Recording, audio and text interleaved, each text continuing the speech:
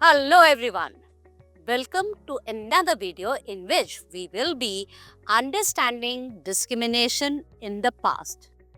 In the past क्यों? क्योंकि present में हो रही डिस्क्रिमिनेशन को समझने के लिए बहुत जरूरी है कि पास्ट में क्या हुआ था उसको समझें। तो आइए शुरुआत करते हैं। In your opinion, does the caste system incremented discrimination in medieval and ancient Indian society? Yes. कैसे?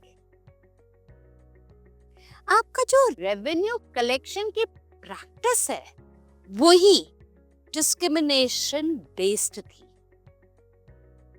Discrimination based revenue collection practice और साथ के साथ सोसाइटी में कास्ट सिस्टम की वजह से डिस्क्रिमिनेशन का होना, इन दोनों के कॉम्बिनेशन से डिस्क्रिमिनेशन इंक्रीमेंट हुई।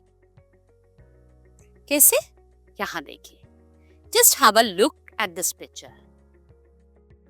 किस तरह के लोग यहाँ पर काम कर रहे हैं, क्या काम कर रहे हैं और इस काम की वजह से इनको क्या क्या झेलना पड़ रहा है। Just think over. You can very well say here that they are the laborers and they are doing forced labor. ये forced labor कैसा होता था हमारी सोसाइटी में? ये ज्यादातर दो तरीके का होता था, बेगार सिस्टम एंड विष्टे सिस्टम। वैसे तो सिमिलर ही है, रीजन के हिसाब से इनके नाम अलग अलग हैं। इनमें कौन इम्पैक्ट होता था? इम्पैक्ट होती थी आपकी lower caste and marginalized communities. इन्हीं से forced labor कराया जाता था, जिसको हम बेगार या विष्टी सिस्टम कहते हैं। एक एक करके समझते हैं। बेगार सिस्टम, इसमें क्या होता था? फोर्स लेबर, जैसा कि हमने जिक्र किया है, कराया जाता था। फोर्स लेबर क्यों कहते हैं? क्योंकि इंडिविजुअल से जो काम कराया जा रहा है उसके लिए उसको कोई तनख्वाह या पेमेंट नहीं कर रहे हैं रूलर्स या लैंडलॉर्ड्स। फ्री में काम करा रहे हैं और जबरदस्ती करा रहे हैं। इसी को वेट्टी सिस्टम कहते थे साउथ इंडिया में। ये कब होता था? ये कॉमन था मौर्य साम्राज्य के टाइम एंड गुप्ता एम्पायर के टाइम। ये किस तरह का काम कराते थे? जैसा कि पिक्चर में दिख रहा था, एग्रीकल्चर टास्क हो सकता है, इवन कंस्ट्रक्शन रिलेटेड या कुछ भी करा सकते हैं जो कि उस समय के एलीट ग्रुप या लैंडलॉर्ड्स या रूलर्स चाहते हैं। जो दिल कराने का आया वही काम इनसे कराया जाएगा और पेमेंट नहीं होगी।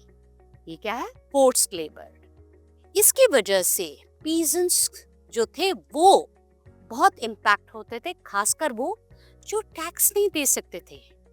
अगर तुम टैक्स नहीं दे सकते हो तो फोर्स्ड लेबर करोगे उसकी बिना पर। तो this is they were forced to work in exchange of tax relief. दूसरा, विष्टी सिस्टम।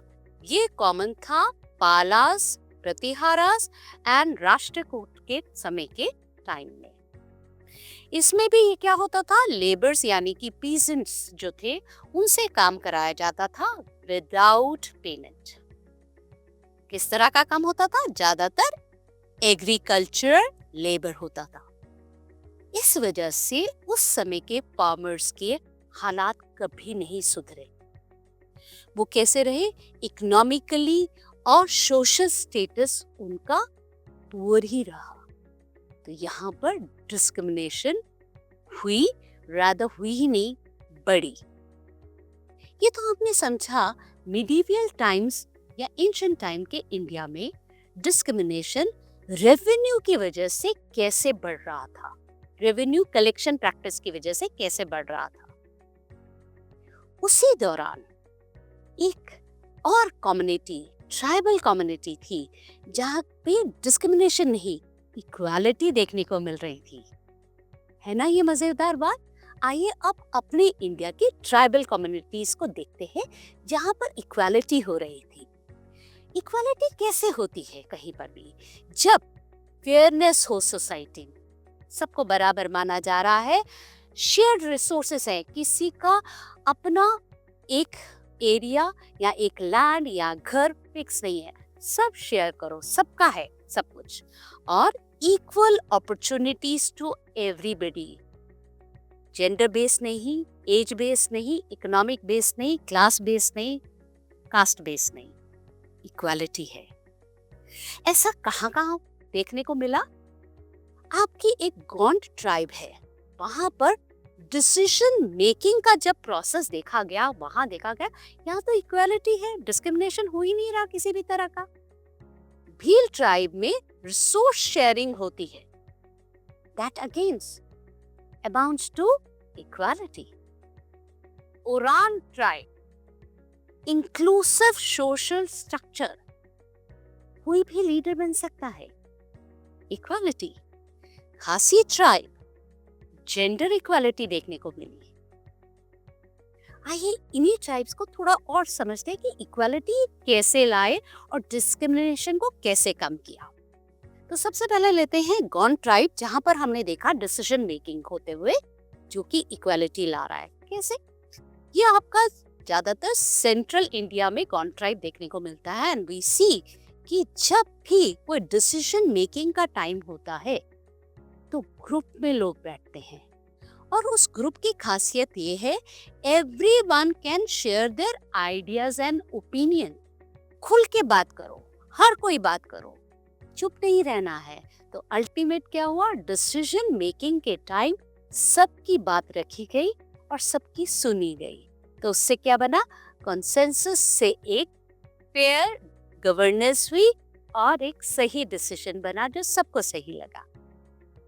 तो यहाँ क्या हुआ? इक्वालिटी देखने को मिली, डिस्क्रिमिनेशन नहीं हो रहा।